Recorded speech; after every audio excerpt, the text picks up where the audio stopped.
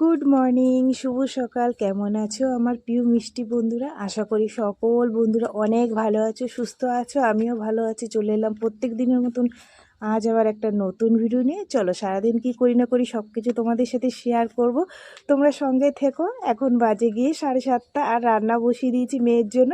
রান্না করব কি সেটা তোমরা দেখলে বুঝতেই পারছো, রান্না করব মাংস। তো প্রথমে আলুটাকে ভেজে নিয়েছি লাল লাল করে, সেটা তোমাদের সাথে শেয়ার করলাম। তারপরে করলাম গোটা গরম মশলা দিলাম, তেজপাতা দিলাম, দিয়ে একটু ভেজে নিলাম। ভেজে নিয়ে তারপরে পেঁয়াজটাকে টমেটোটাকে ভেজে নিলাম, নিয়ে তারপরে আদা রসুন বাটা দিলাম, লঙ্কার গুঁড়ো, হলুদের গুঁড়ো, জিরের গুঁড়ো দিই। দেখো এখন সুন্দর করে কষাচ্ছি, যেহেতু যাতে কাঁচা গন্ধটা না আসে রসুনের, ঠিক আছে। তারপরে এই যে মাংসটা ঝপাত করে দিয়ে দিলাম, দিয়ে আর এই দেখো না লাড়াচাড়া দিয়ে এদিক সেদিক করে তারপরে ভালো করে কষাবো এটাকে, যাতে সুন্দর টেস্টি লাগে। আর সকালবেলায় রান্না করতে গেলে দুপুরের মতন অত টেস্টি করতে পারি না, কিন্তু তবু চেষ্টা করি যে একটু তাড়াহুড়ো করে করতে হয়, তো মেয়ের টিফিন দিতে হয়। তো এখানে ঝপাত করে দেখো আবার আলুগুলোও দিয়ে দিলাম, দিয়ে এটাকে এখন সুন্দর করে ভালো করে কষাবো।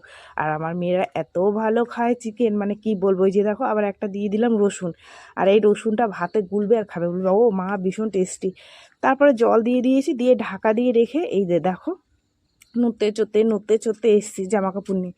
যেহেতু বাড়িতে এখন রোদ্দুর পড়বে না, শীতকালের বেলা, তো আমাদের এই পাঁচিলেই আসতে হয়। তোমাদের অনেক ভিডিওতে দেখিয়েছি, পাঁচিলে মেললে কি হয়, পুরো টানা রোদ্দুরটা আমরা পাই।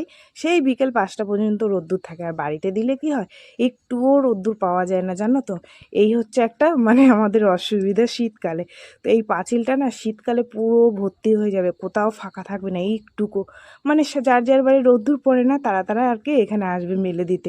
ভীষণ সুবিধা হয় জানো তো, টানা রোদ্দুরটা পাওয়া যায়। তো তো আমিও বললাম যে চল মনে হয় জামা কাপড়গুলো মেলে দিয়ে আসি। দিয়ে এসে এই যে দেখো আবার একদম ঝোলটাকে পুরো টানিয়ে ফেলেছি, দেখেছো। আসলে ওইখানে জামা কাপড় মেলতে এসেছি, জোরে গ্যাস দিয়ে গেছিলাম, এসে দেখি পুরো ঝোল টেনে গেছে। মাংস নামিয়ে রেখে তারপরে এই যে দেখো একটু সিম ভেজে নিলাম, ঠিক আছে, টমেটো দিয়ে। চলো সিম ভাজা কমপ্লিট, মাংসও কমপ্লিট, রান্না বান্না গুছিয়ে কমপ্লিট করে রেখে এইবার চলে এসেছি ঘরের কিছু কাজ করতে। এই যে জামা কাপড় রাত্রিবেলায় সব শুয়েছে এখানে ওখানে সেখানে, সারা বাড়ি গড়াগড়ি খাচ্ছে। ভাবলাম চলো রান্নাটা হোক, তার ফাঁকে আমি এই কাজগুলো সারি।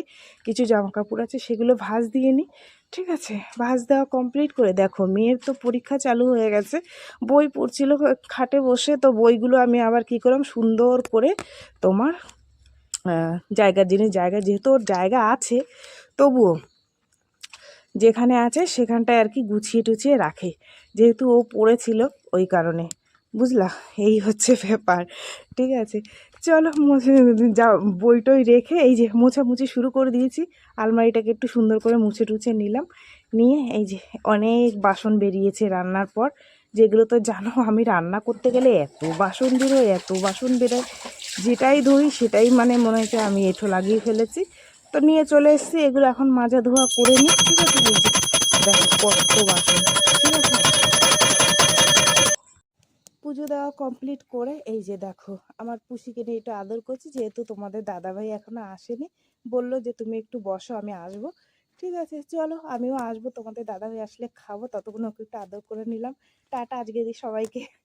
তো দেখো আমার পুষিদের একটু অবস্থা, মানে এই সাদাটা হচ্ছে ভাই আর বড়টা হচ্ছে যাকে চেটে দিচ্ছে হচ্ছে বোন, ওরে আদর, ঠিক আছে। চলো বন্ধুরা সবাইকে আজকের মতন টাটা।